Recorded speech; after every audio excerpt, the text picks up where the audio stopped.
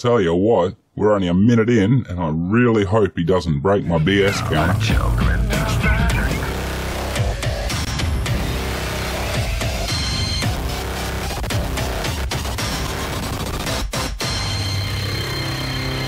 G'day, I've been NotJah Witness, and we're going to do something very special today. Many have suggested that this Aussie should do a takedown of a certain other Aussie, well known as a popular young Earth creationist, the dumb cunt himself, Ken Ham.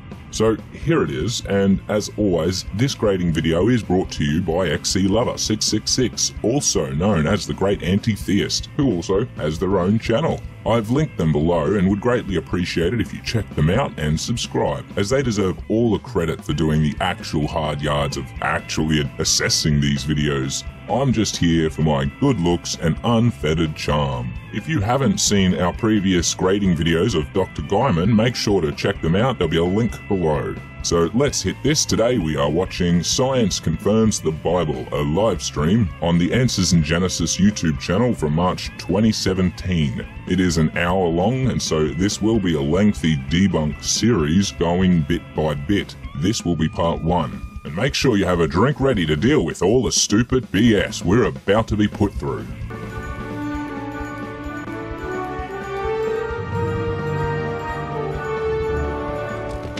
You know, I used to be a science teacher in the public schools in Australia. Science confirms the Bible?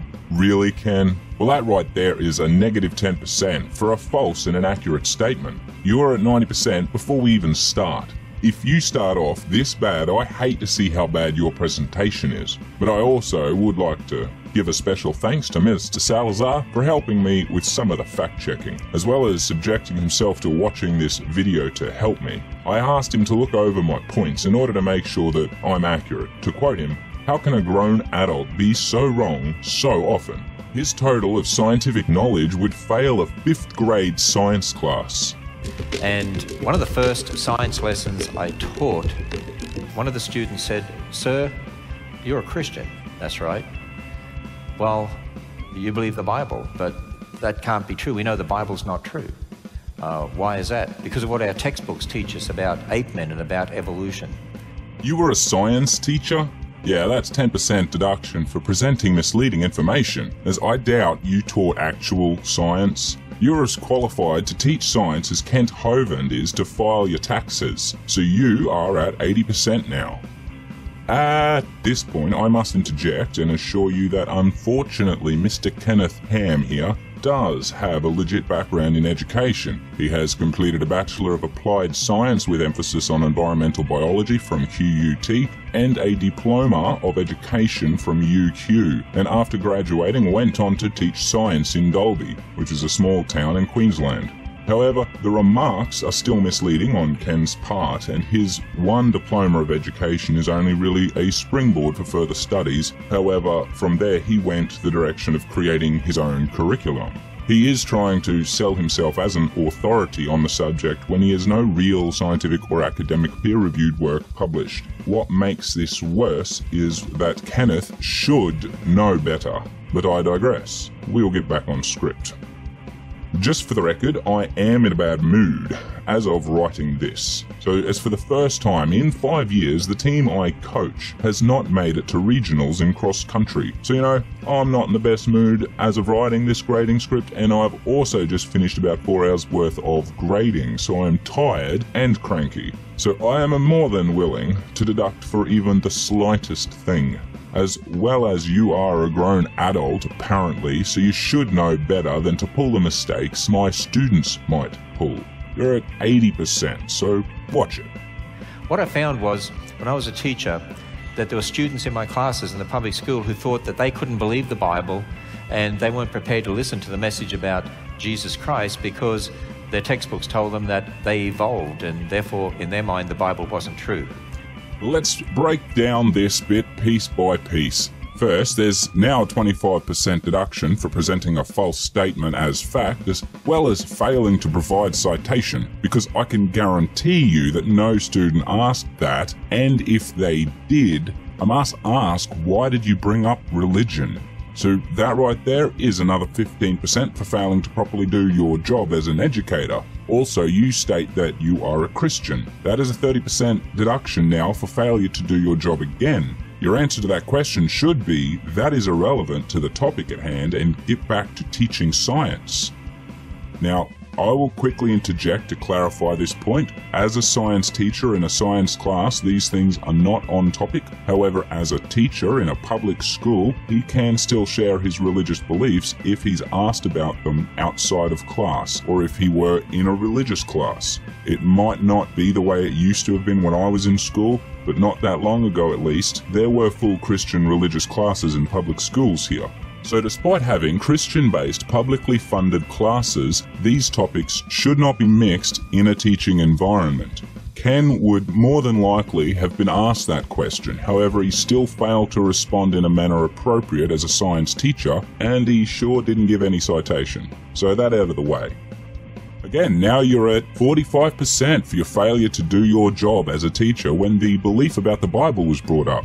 Yes, every time you admit you fail to do your job, your deductions get larger by 15% every time. Next, you get a 25% deduction for presenting a straw man of public schools with this student, as you were trying to paint schools as telling students that the Bible is not true because of evolution. So you are at negative 60%, and we're only 37 seconds into this video.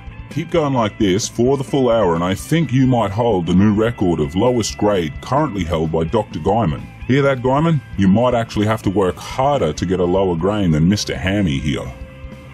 And one of the things that I started to do then was to help them understand that evolution has not been proven by science.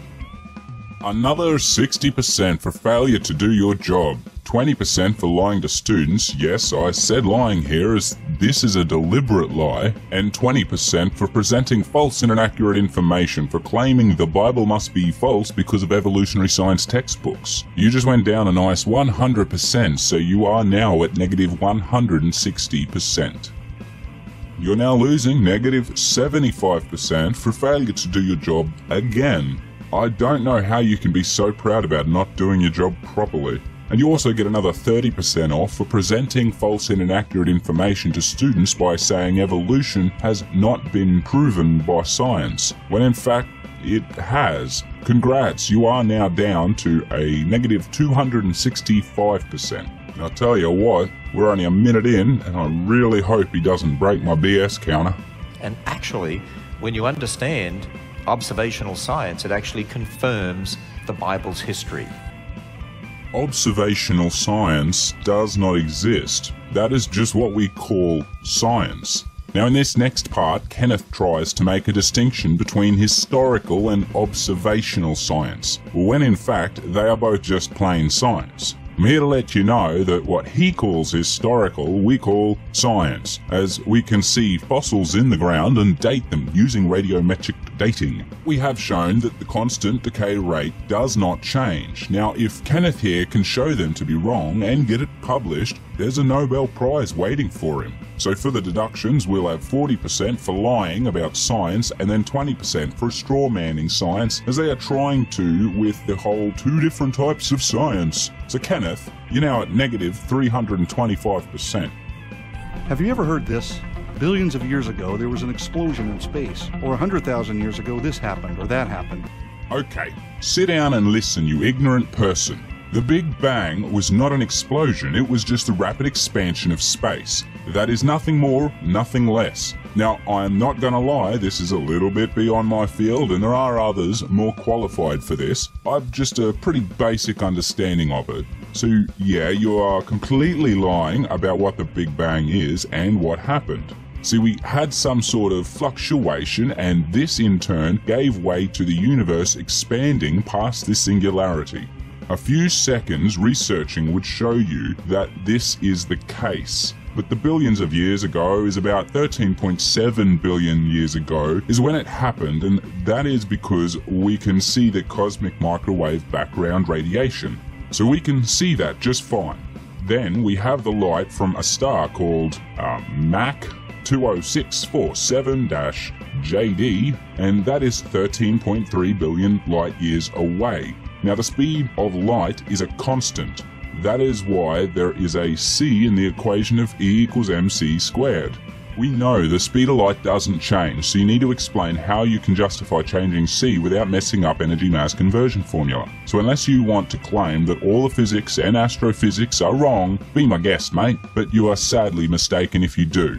Now, your claim about things reaching back to 100,000 years ago, we can show this by radiometric dating. Now, this is usually used by potassium argon or KAR dating. KAR dating is done by checking the parent isotopes to that of the daughter isotopes. Most people mistakenly only think of carbon dating, but that can only go up to the most generous, I can be 70,000 years. Just please learn some basic science and pick up a science book before you make my head hurt, and even more than it already does. Okay, so let's see, from that it's 20% for misrepresenting sources, 50% for failure to cite sources for your outrageous claims, it's 50% off for your multiple mistakes, so that is 70% off, and you're now at negative 395%. Or even, in the beginning God created the heavens and the earth. Question, how does anyone know? I mean, was anybody there to observe it? Well, actually somebody was, but I'm getting ahead of myself. Okay, no. Just no. You're making claims that hold no water. First, you ask, were you there? That is just so wrong, it's not even funny. It's like saying you can't prove I farted 10 minutes ago because you weren't there. Your whole claim here depends on your God. You need to prove this God before you can claim him. If not, well, my magical talking pixie said they created the universe 13.7 billion years ago. You have to believe me, as they claim to have been there, so they were there. See, with your line of reasoning, you can never arrest anyone, as, well, you were not there to see them commit the crime, so you can't say they did it, even when you have their blood, hair, and whatever other forensic evidence that you may have that shows it was them. Not even security footage would count, as, well, someone could have doctored the tapes. See, that is exactly what you're doing. We have all this evidence for the universe being as old as it is, and yet you're denying it. Well, the defendant said they're innocent, and you weren't at the crime scene when it happened, so how do you know it was them? You were not even there, so you deny the blood, hair, DNA, etc.? So you'll lose 20% for a straw man, 20% for circular reasoning. Next, you claim that someone was there, 10% for false and inaccurate information, as well as another 25% for failure to cite a source. So that is 75% off. You are now at negative 470%. Check this out. First of all, we need to recognize that there is a huge difference between observational science and historical science. Okay, what you call two different kinds of science is what we just call science. Paleontology is what you would call historical science, yet we just call paleontology science in the real world. See, with things like paleontology, we can observe things such as fossils, see how fossilization happens, how things were in the past. Paleoclimatology deals with this exact thing. See, they study the climate and how things happen through different geological formations and other methods. Again, this is a little out of my range. Let's go down the deductions. First off, 20% for false equivocation, 10% for presenting false and inaccurate information, 25% for failure to cite sources on the historical and observational science bit, and that leads me to my final part of 20% for strawmanning science with trying to paint science that doesn't even exist. So that is a deduction of another 75% for a total of negative 545%. Jesus, you're a minute and a half in, Kenneth. Both are valuable, but very different. Let's define the two real quick, shall we? Observational science is simply when we observe something and experiment to draw conclusions. It involves repeatable experimentation and observations in the present.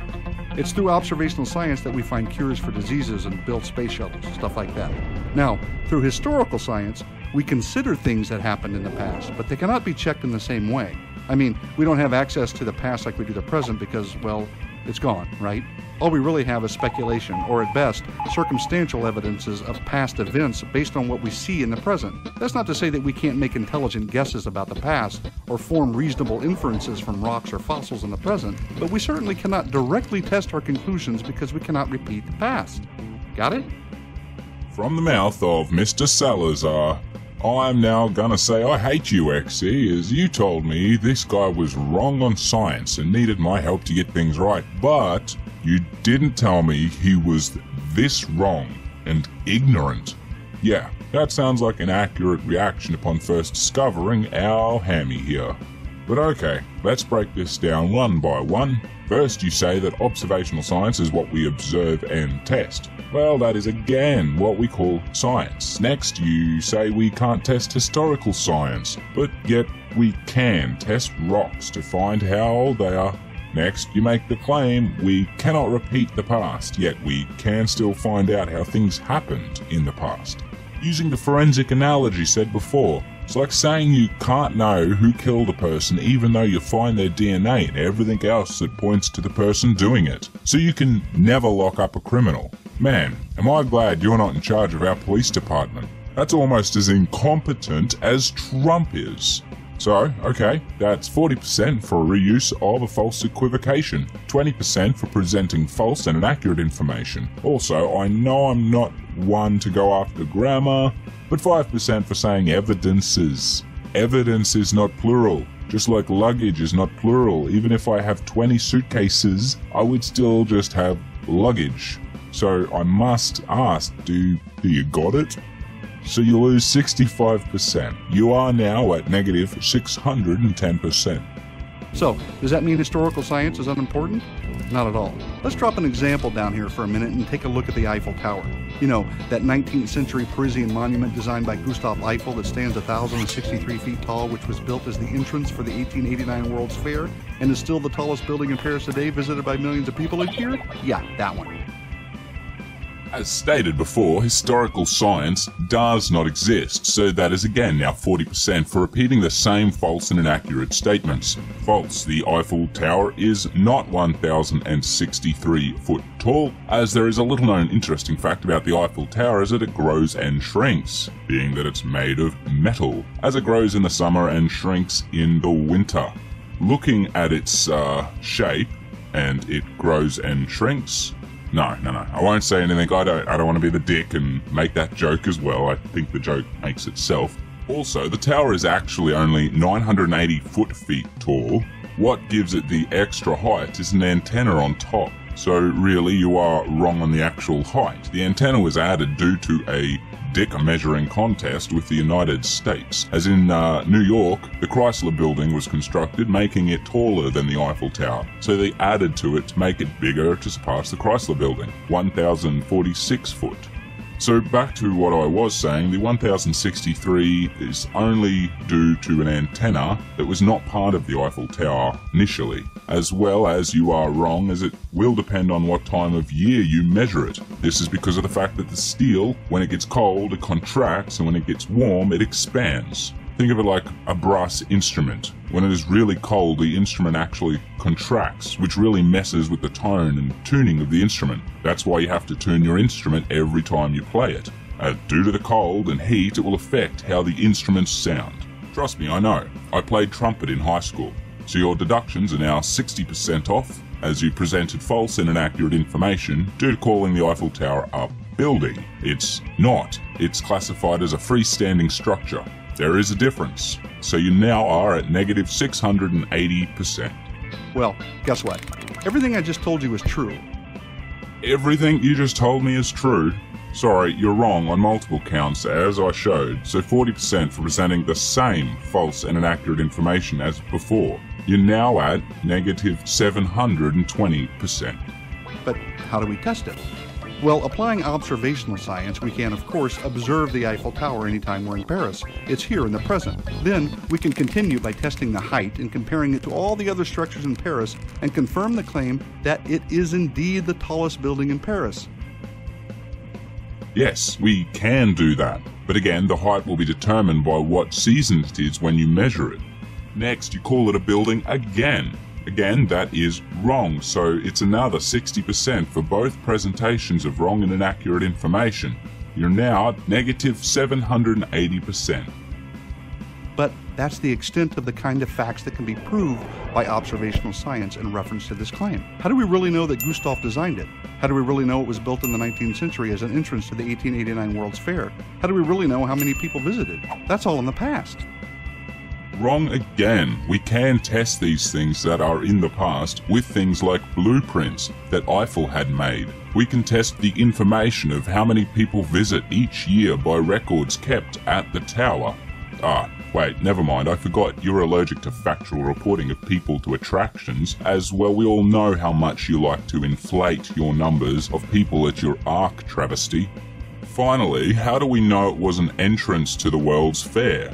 Well, that is simple. We have records of the World's Fair and we can see that. Funny thing is we can figure that all out by just doing basic research and not taking some book's word for it.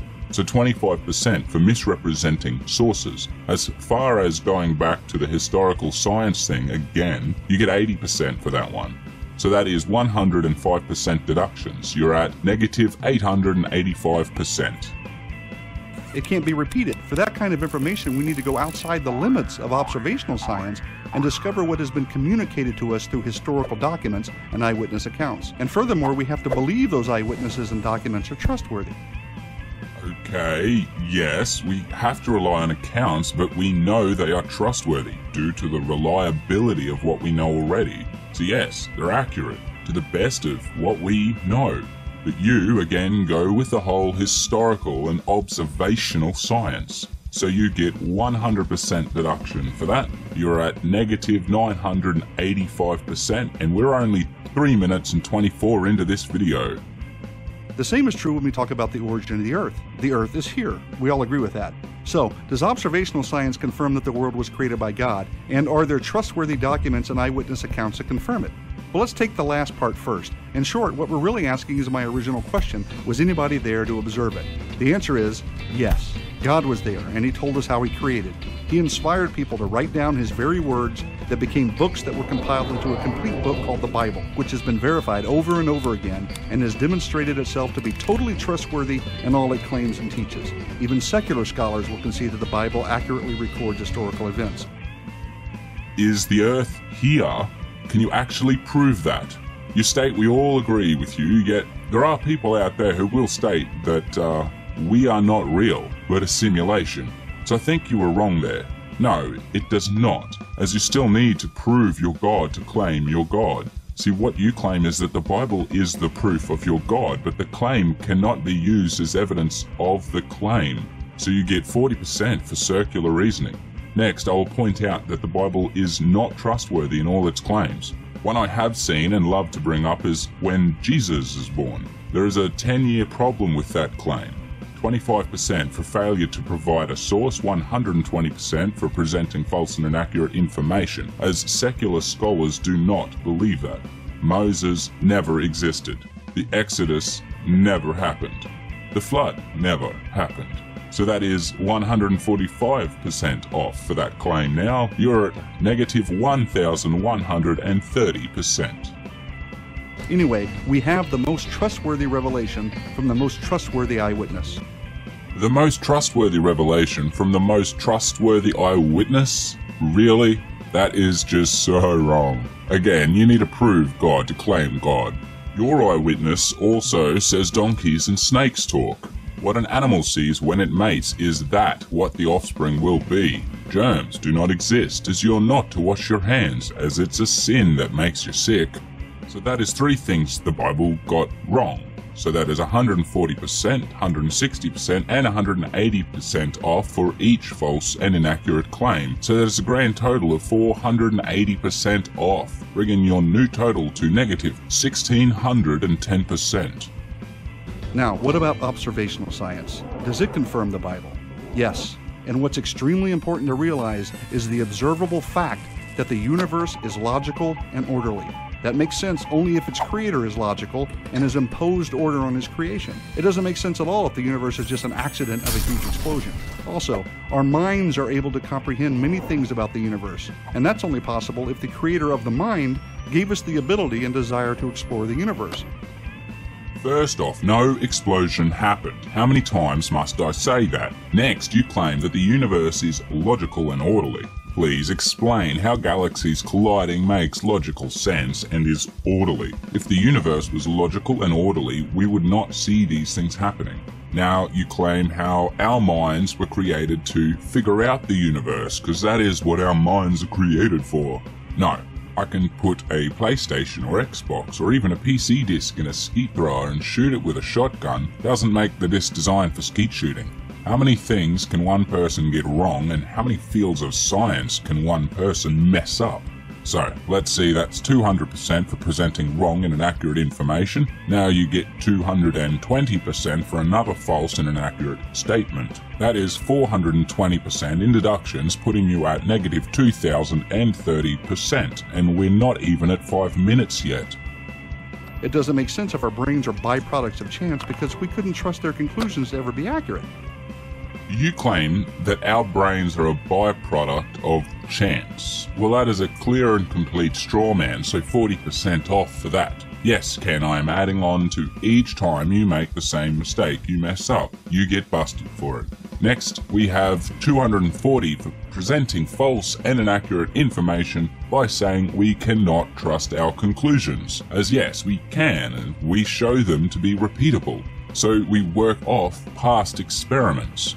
So you are now at negative 280% off, putting you at a total of negative 2,310%. And lastly, it only makes sense that we can observe and repeat an experiment if the universe consistently obeys the same laws from day to day, which only makes sense if a lawgiver created it that way and upholds it. So to be bluntly honest, science itself, whether observational or historical, is only possible because God exists and the Bible is true. I could go on, but enough said. Okay, the only reason things are repeatable is because of God?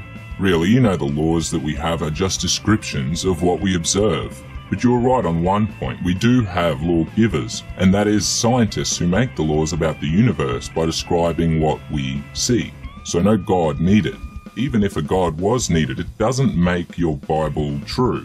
Godless cranium's invisible lazy-eyed pink dragon is what started the universe and set the laws. So, therefore it's true. Enough said. See, I can make the same argument that you just did with as more evidence for my claim as I can show you things with the invisible pink dragon. So a total of 4 false and inaccurate information claims, so that is 260%, 280%, 300% and 320% respectively. So that puts your total deductions for this part at negative 1,160. Add that to your already outstanding negative 2,310. You're at, for this part, negative 3,470%, and we've only just hit the 5-minute mark. Well, Kenneth, that is where we're going to leave this first part. If anyone has survived till the end, thank you very much, and I am sorry, but there's a lot more to come. If you enjoyed, make sure to hit that like, subscribe, and the bell button to catch every new video. And if you think I'm worth $1, considering becoming a patron. Every dollar goes a long way. Well, I'm finished like an elder on a little boy's face. I've been NotJah Witness, and remember, faith is like a tick on a croc's dick. It's not very important, but it's extremely annoying. All I wanna do is live.